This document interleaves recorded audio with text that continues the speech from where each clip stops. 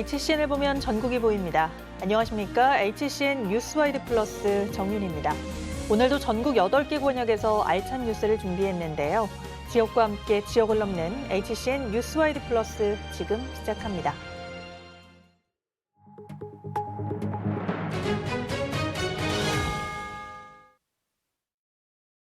대구 경북 행정 통합을 논의하기 위한 첫 4자 회동이 4일 오후 정부 서울청사에서 열렸습니다.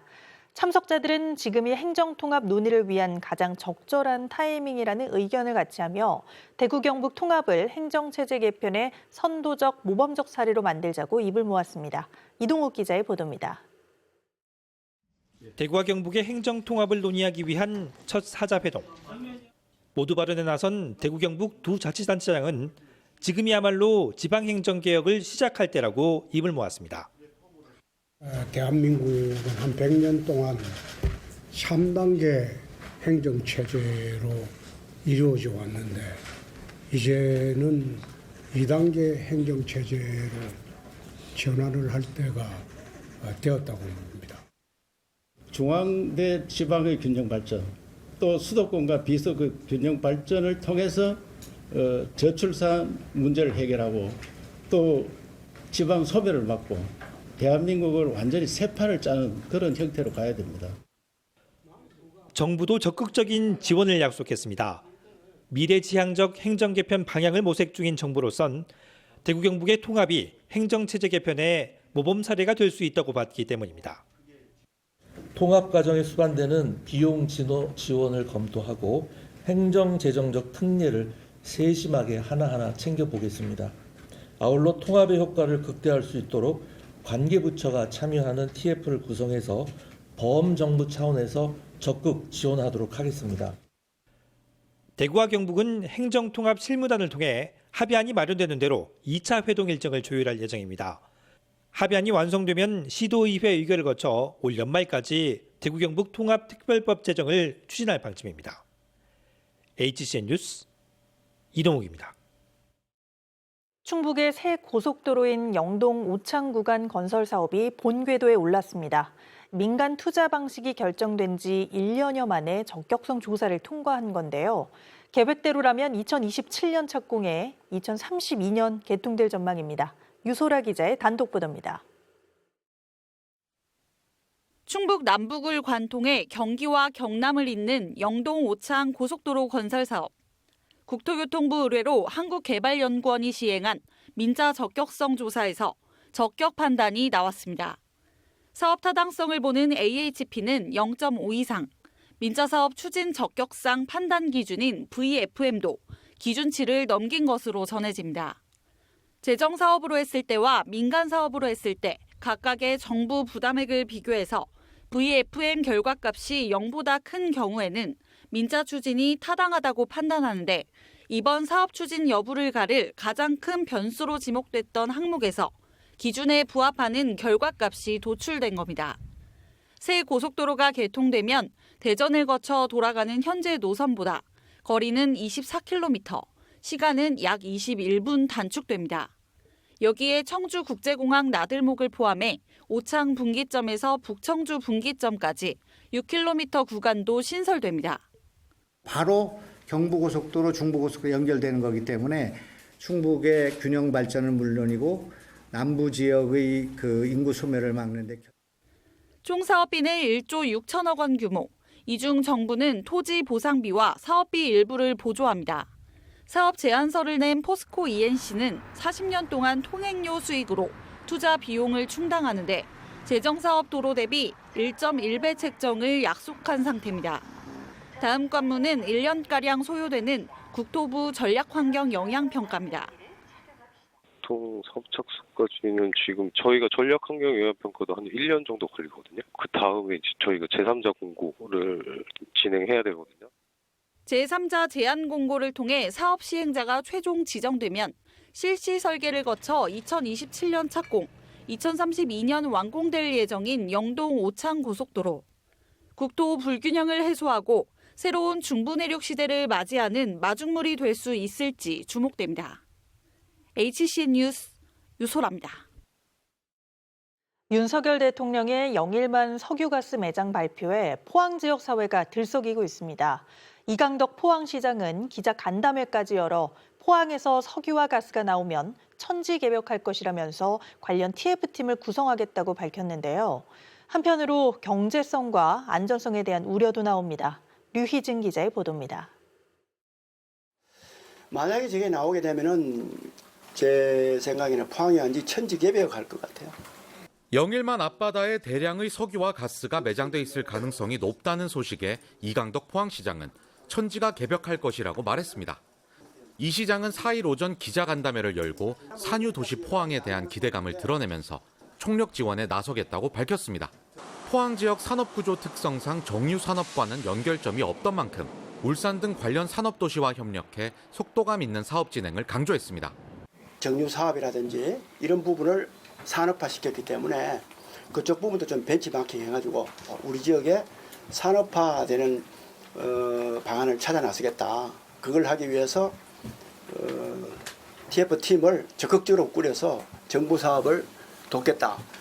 포항에서 천연 자원이 발견된 건 이번이 처음은 아닙니다. 지난 2016년 경북도와 한국석유공사는 포항 앞바다에서 50km 떨어진 지점에 3,600만 톤의 천연가스가 묻힌 것을 확인한 바 있습니다.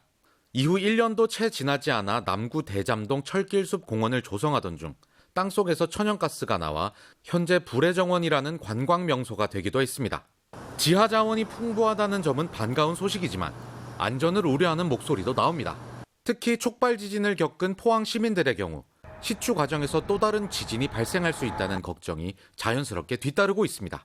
이에 대해 이 시장은 세계적 수준의 전문가들의 탐사와 분석이 예상되는 만큼 안전성 확보에는 무리가 없을 것이라고 답변했습니다. 그럼 이게 석유 시추를 한다 그러면은 석유 시추에 아주 전문 기관이 전문가와 함께 할 수밖에 없을 거라고요. 그래서 훨씬 더 국가와 함께 하면서 신중하게 할 거다. 지질 관련 전문가라든지 이런 국내외 전문가들도 당연히 관여를 할 거고. 천연 자원이 수차례 발견됐지만 경제성이 낮아 번번이 좌절했던 포항이 산유도시로 올라설 수 있을지 주목되고 있습니다. HCN 뉴스 류희진입니다. 앞서 포항 앞바다에 막대한 석유가스 매장 가능성이 높다는 대통령의 발표를 전해드렸습니다만 이 가능성을 뒷받침한 것이 물리탐사였습니다. 물리탐사선은 바다를 탐사하는 배로 최첨단 바다위 연구소로 불리는데요. 우리나라 세 번째 물리탐사선인 탐해 3호가 포항을 모항으로 닻을 올렸는데 기대가 더 커졌습니다. 구동규 기자가 보도합니다. 6,900톤급 웅장한 모습의 탐해 3호. 전체 길이 92m, 폭 21m로 지난해 말 퇴역한 탐해 2호보다 3배 이상 큽니다. 운영 인력과 연구 인력 등 50명이 탑승합니다. 한국지질자원연구원이 국비 1,800억여 원을 들여 건조했는데 최첨단 탐사 연구 장비 35종을 탑재했습니다. 기존 저희가 가지고 있던 탐사선은 2조에 그리고 각 조에 3kg 스트리머, 그러니까 자료를 기록할 수 있는 능력을 가지고 있었는데 탐해 3호는 8줄 그리고 각 줄에 6kg가 되기 때문에 총 8배 이상 저희가 탐사 능력이 확대가 되었습니다. 탐해 3호는 해저 지층 구조 등을 3차원으로 탐사하고 지층 변화를 4차원으로 탐지해 석유가스 분포 확인이나 이산화탄소 해저 저장소 선정 등의 임무를 수행합니다. 또 전 세계 대륙풍은 물론 남극이나 북극 등 글로벌 해역을 누비며 히토류 등 광물 자원 개발도 나섭니다. 해저 지진 발생 가능성이 높은 활성 단층도 탐사할 수 있습니다. 우리나라의 자원이 상당히 희박합니다. 그래서 지금 국가적으로 중요한 핵심 자원과 광물의 확보를 위해서 지금 태평양과 같은 공해에 우리가 탐사를 수행해서 해외 자원을 확보하는데 좀 이바지할 계획입니다. 포항시는 영일만항에 탐해 3호 전용 부두를 두면서 포항이 미래자원 확보 전진기지로 거듭날 것으로 기대하고 있습니다. 세계 최고 수준의 해양 탐사선이 우리 지역을 중심으로 운영되게 됨에 따라서 우리 지역의 기존에 설립되어 있는 수중건설 로봇 실증센터 또 해양 R&D 센터와 함께 여러 가지 시너지 효과를 나타내게 될 것으로. 탐해 3호가 해저 탐사 세계화라는 과학적 사명을 달고 닻을 올렸습니다. HCN 뉴스 구동규입니다. 한때 분양만 하면 완판됐던 청주 지역 아파트 시장이 요즘은 시들합니다. 최근 분양을 마친 한 아파트의 경우 절반 가까이 미분양됐는데요. 분양가 급등으로 실수요도 투자 수요도 따라붙지 못하는 분위기입니다. 이완종 기자입니다. 지난 2월 분양한 청주 한 민간재 개발 아파트. 석 달이 지나도록 주인을 찾지 못한 물량이 상당수 남아 있습니다. 4월 말 기준 이 아파트 1,600여 세대 가운데 절반 이상인 900여 세대가 미분양으로 남아 있는데 일부 거래가 이뤄지면서 최근 그 수가 줄었지만 완판까지는 시간이 더 걸릴 전망입니다. 여기에 지난해 하반기 분양을 진행했던 일부 아파트 역시 미분양 세대가 남아있는 상황. 한때 분양 완판, 청약불패가 꼬리표처럼 따라붙었던 모습은 현재 찾아볼 수 없습니다. 침체 국면을 겪고 있다고 생각할 수가 있고요. 어쨌든 왜 그러냐면 고금리에다가 경기 침체 여러 가지 요인들로 인해서 지금 부동산 거래가 잘 안 되고 있는 실정입니다. 그 배경에는 급등한 분양가가 있습니다. 지난해 2월 3.3제곱미터당 평균 1,100만 원 정도를 유지했던 분양가가 1년 만에 1,300만 원으로 200만 원 정도 뛰었고 앞서 미분양이 대거 남아 있다는 아파트는 1,400만 원을 넘어서며 최고치를 경신했습니다. 청주 집값을 끌어올렸던 외지 투자 수요도 이를 받쳐주지 못하는 분위기입니다. 지난 2020년 5월 수도권을 비롯한 타 시도 외지인 거래는 2,500건에 달했으나 지난 4월 기준으로는 180건에 그쳤습니다. 입지에 비해 가격이 싸다는 청주 아파트 시장에 대한 관심이 줄어든 결과입니다. 인기 지역을 나눴을 때 인기 지역은 그래도 청약에 대해서 실패를 하고 있지 않지만 일반 지역에서는 이제 작년부터 미분양이 조금씩 나오긴 하다가 이제 올해는 이제 양극화가 좀 심해지고 있습니다. 그러니까 전반적인 시장으로 본다면 부동산 시장 청주 지역 같은 경우도 불황이다라고 얘기를 할 수 있을 것 같은데 올해에만 9천여 세대, 오늘 2027년까지 아파트 2만 5천 세대가 더 들어설 예정인 청주. 지역 부동산 시장 침체와 더불어 미분양에 대한 우려는 더욱 커질 것으로 보입니다. HCN 뉴스 이완종입니다. 대구 지역 미분양 주택이 전국에서 가장 많은 것으로 나타났습니다. 국토교통부와 대구시 자료를 보면 4월 대구 지역 미분양 주택은 한 달 전보다 147가구 줄어든 9,667가구로 전국에서 가장 많았습니다. 지역별로는 남구가 2,191가구로 가장 많고 달서구, 북구 순이었습니다. 특히 악성 미분양으로 분류되는 준공후 미분양은 한 달 전보다 278가구 늘어난 1,584가구로 시도 가운데 경남 다음으로 많았습니다. 최근 청주시 복명동 일대에서 탁한 수돗물이 나와 주민들이 불편을 겪었습니다.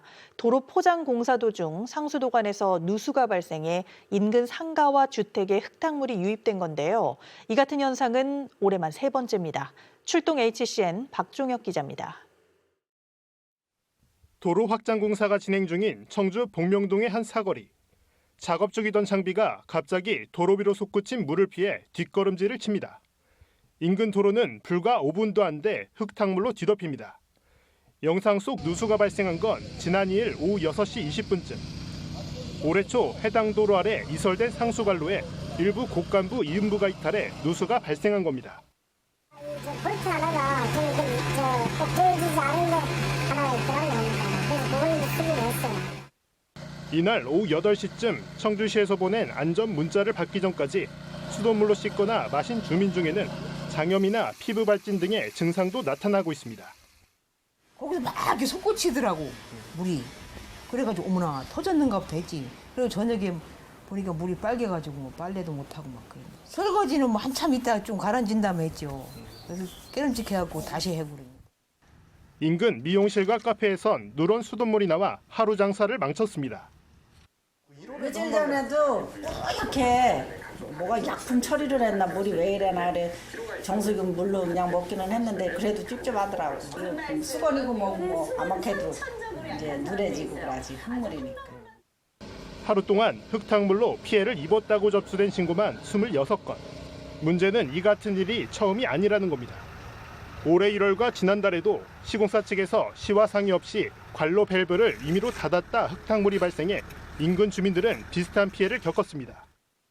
방송도 해주고 그게 정상인데 아무것도 없이 흑탕물이 나와서 전화를 하니까 그제서야 단수하겠습니다. 단수도 안 하더라고.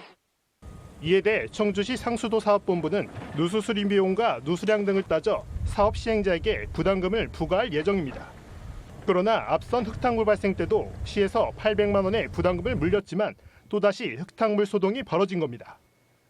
민원 제기됐던 그 리스트를 정리를 해서 시행사 측에 그 부분을 조치하도록.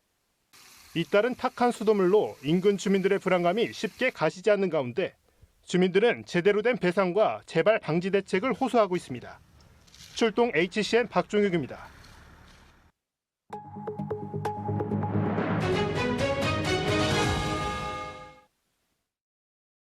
북항 마리나 요트 계류장의 무기한 운영 중단은 부산 요트 산업의 위기에도 일조하는 모양새입니다. 부산시가 수영만 요트 경기장 재개발 공사를 추진 중인데 당장 운영 중인 요트를 옮길 곳이 마땅치 않아 연간 100만 명이라는 관광객과 부가가치를 모두 날릴 판국입니다. 최연관 기자의 보도입니다. 부산 해운대구 수영만 요트 경기장입니다.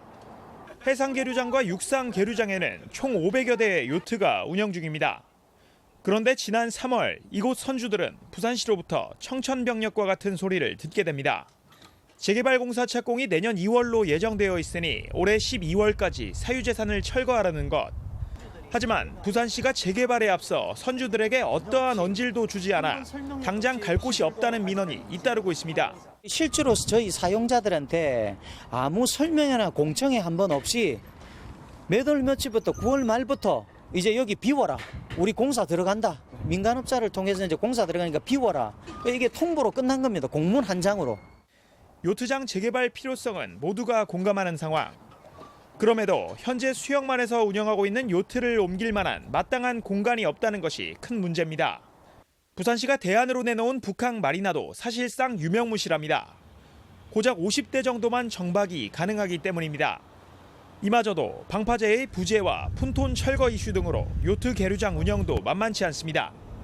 동남해 전체로 범위를 넓히면 경북 울진의 후포 마리나나 경남 진해 명동 마리나 등이 있지만 당장 옮겨야 하는 기간이 촉박한 데다 해당 마리나 시설 역시 500대를 수용하기에는 큰 부담이라는 의견이 지배적입니다. 이미 완공되어 있는 이 북항 마리나 시설을 충분히 활용할 수 있고 대체제로서 보완제로서의 역할을 할 수 있는 구조를 만들어야 되는데 근데 우리 부산은 심지어 2개나 지금 대규모 예산을 들여서 만들어 놓고 2개 다 활용하지 못하는 아이러니한 상황에 맞닥뜨린 겁니다. 한 해 동안 부산 요트 관광 수요는 100만여 명으로 추산됩니다. 요트 산업이 중단되면 당장 관광 수입을 포함해 이로부터 파생되는 각종 사업과 종사자들의 발이 묶일 수밖에 없습니다. 코로나 이후부터 해서 요트 관광과 관련되어 있는 부산을 찾는 관광객들이 대략 1년에 100만 명 정도가 잘못하면은 수영만 요트 경기장 재개발을 통해서 요트 관광의 붐을 잠시 이렇게 끊어버리는 그러한 어떤 이 상황이 발생하게 됩니다. 수영만 요트 경기장 재개발은 부산시, 북항 마리나 사업은 해양수산부 산하 부산항만공사가 맡고 있습니다. 막대한 예산을 들여 사업을 추진하는 두 기관의 엇박자로 인해 부산시 요트 산업이 수장될 위기에 처했습니다. HCN 뉴스 최현강입니다. 이달 말 통합신청서 제출을 앞두고 통합 교명을 둔 충북대와 한국교통대 사이 신경전이 벌어지고 있습니다. 통합 교명에 대한 각 학교 구성원의 입장을 토대로 서로 논의하고 지역 사회의 의견도 수렴해야 하지만 그런 절차가 중단된 상황입니다. 남궁형진 기자의 보도입니다. 충북대 총학생회는 SNS를 통해 지난달 17일 이후 교명선정위원회가 중단됐다고 밝혔습니다. 지난달 7일 충북대 학생들의 교명 절대수호 시위에 대해 한국교통대가 우려를 표했고 이것이 배경이 돼 회의가 파행됐다는 겁니다. 그러면서 두 대학과 학내에서도 교명 관련 논의가 중단됐고 5월과 6월 계획된 통합교명 선호도 조사 설명회와 선호도 조사가 추진되지 않았다고 설명했습니다. 실제 지난달 17일 교명선정위원회에서는 각 학교가 선정한 통합교명 후보를 제시하고 의견을 모을 계획이었지만 별다른 논의 없이 중단된 것으로 알려졌습니다. 충북대와 교통대가 설문조사와 공모전을 통해 통합 교명에 대한 학내 의견 수렴에 나섰지만 교통대가 지난달 15일 예정한 수상작 발표를 연기하고 충북대 역시 조사 결과를 공개하지 않는 등 논의가 불가능했기 때문으로 전해졌습니다. 양 대학은 6월 달에 이제 통합 신청서를 제출해야 되는데 거기에 기존 우리 통합대학 교명을 실어서 제출하겠다고 표현을 했습니다. 그러나 이제 6월 얼마 남지 않은 상황인데요. 그 통합 신청서에 계속 협의 중으로 올라가거나 혹은 그런 교명이 계속 불확실한 상태에서 이러한 논의가 계속 진행이 된다면 학생들의 불안감은 더욱 커질 수밖에 없고요. 이에 대해 충북대 측은 통합계획서에 반드시 교명을 작성하는 것은 아니라고 설명했습니다. 이어 교통대로부터 교명 후보 등을 전달받는 대로 논의를 벌일 것이라며 다음 주 학내 구성원과 지역사회 구성원을 대상으로 설명회와 선호도 조사를 진행할 계획이라고 밝혔습니다. 교통대 측은 통합 교명에 대한 내부 논의가 진행 중으로 공모전 수상작 역시 발표할 것이라고 설명했습니다. 그러면서 공모전과 통합 교명 후보는 별개라고 덧붙였습니다. HCN 뉴스 남궁형진입니다. 각종 국가고시 준비를 위해 수험생들이 몰려들어 형성된 고시촌. 관악구 신림동과 동작구 노량진이 대표적이죠. 하지만 신림동 고시촌은 사법시험 폐지로, 노량진은 공무원 열풍이 꺾이면서 쇠락의 길을 걷고 있습니다. 위기에 직면한 고시촌에 새 숨을 불어넣을 수 있는 대안은 무엇일까요? 박상학 기자의 보도입니다. 노량진의 명물 컵밥거리, 노량진 고시촌의 현 주소를 단적으로 보여주는 곳입니다. 값싸게 한 끼를 해결할 수 있어 한때 수험생들이 길게 줄을 서던 모습은 이제 찾아보기 힘듭니다. 막 손님이 너무 많아서 아주 귀찮을 정도였죠. 그러니까 그렇게 한 번만 더 됐으면 좋겠어요. 그러려고 우리가 노력을 많이 해야 되는데 그게 뭐를 어떻게 해야 될지도 모르겠어요. 노량진의 학원가가 형성된 건 1970년대 말부터입니다. 당시 각종 임용시험 학원이 노량진으로 옮겨왔고 외환위기 등을 거치며 취업문이 좁아질수록 공시생들이 더 모여들었습니다. 그렇게 공무원 시험의 메카가 된 노량진에서 공시생이 줄고 있는 겁니다. 공무원의 인기가 시들해진 데다 팬데믹으로 온라인 강의가 자리 잡으면서 학생들이 노량진 인근에 거주할 이유도 사라졌습니다. 놓친 부분에 대해서는 인강을 통해서 보충하는 거니까 인강을 통해서도 꽤 공부가 더 잘 되는 것 같더라고요. 너무 열악한데도 되게 비싸거든요. 한 달에 있을 수 있는 그런 금액이나 이런 것들이. 인강도 되게 잘 돼 있고 하기 때문에 굳이 거기서 들을 필요는 없는 것 같아요. 지역을 떠받치던 공시생들이 하나둘 떠나면서 고시원을 비롯한 일대 상권은 생존의 기로에 서 있습니다. 신림동 옛날에 반토막이죠. 근데 이제 지금 이제 단 걸로 하고 저를 가게 내놨어요. 지금 2층도 비었고 지하도 비었고. 과거 명성을 잃어버린 노량진 고시촌은 향후 대규모 개발과 함께 새로운 변화를 예고하고 있습니다. 노량진 일대는 현재 총 8개 구역에서 이주와 철거가 진행되며 전체 9천여 세대 뉴타운 개발이 가시권에 들어왔습니다. 옛 수산시장 부지, 수도자재센터, 노량진역 등 지역의 초고층 랜드마크가 될 대규모 유휴부지 개발 청사진도 나왔습니다. 이와 함께 서울시는 그동안 올림픽대로 등으로 단절된 노량진과 여의도를 직접 연결하는 수변 복합 거점을 구상 중입니다. 이럴 경우 기존 노량진 고시촌 상권은 향후 10년 안에 대규모 주거단지와 상업, 문화, 업무시설에 둘러싸인 새로운 환경에 맞닥뜨리게 됩니다. 주거단지들이 전부 다 조금 말끔하게 정비가 될 거고요. 그러면 그로 인해서 발생하는 수요, 상권 수요도 반하기 때문에 여기에 있는 노량진역 앞에 있는 상업지역도 수요가 바뀔 거다라고 저희는 예측을 합니다. 다만 기존 상권과 새로운 상권이 시너지를 내기보다 단절될 수 있다는 우려의 목소리도 나옵니다. 명성을 잃은 노량진 고시촌의 변화가 불가피한 가운데 주변 대규모 도시개발 움직임이 노량진에 새숨을 불어넣을지 주목됩니다. HCN 뉴스 박상학입니다.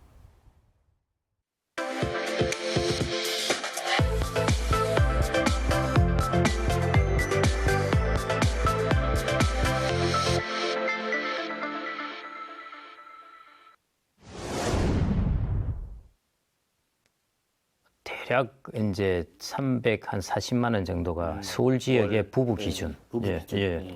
지출 금액이 이제 생활비가 적정 생활비가 그러니까요.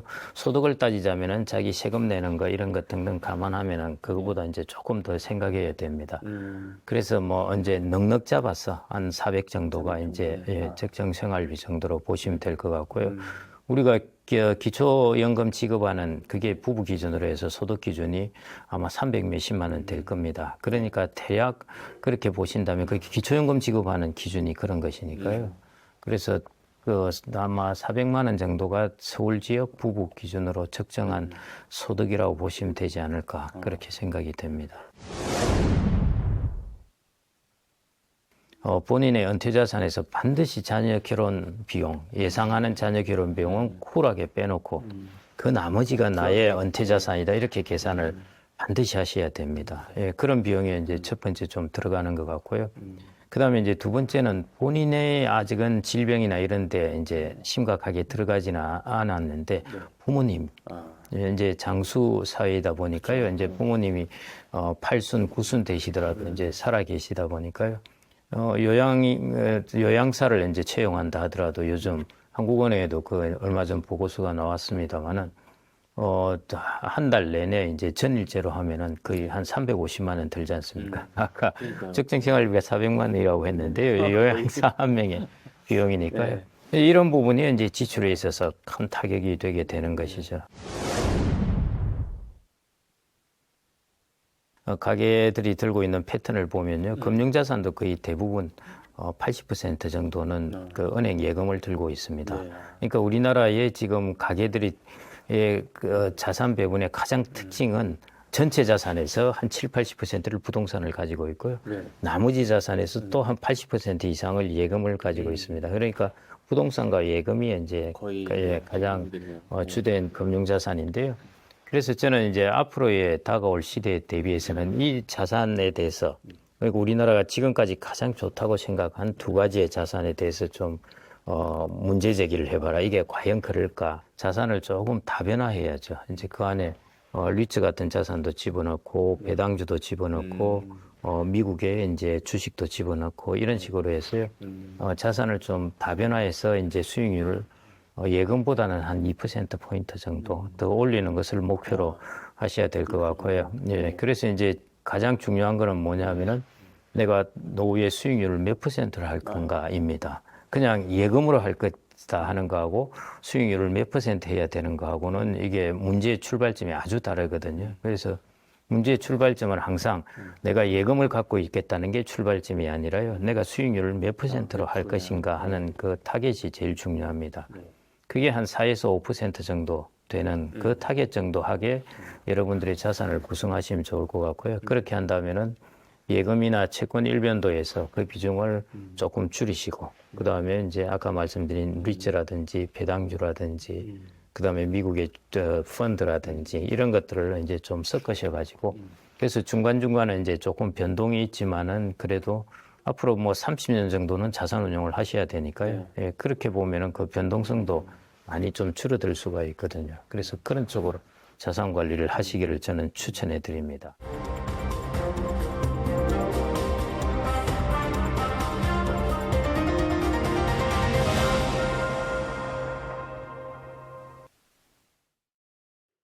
이상으로 뉴스와이드 플러스를 마치겠습니다. 시청해주신 여러분 고맙습니다.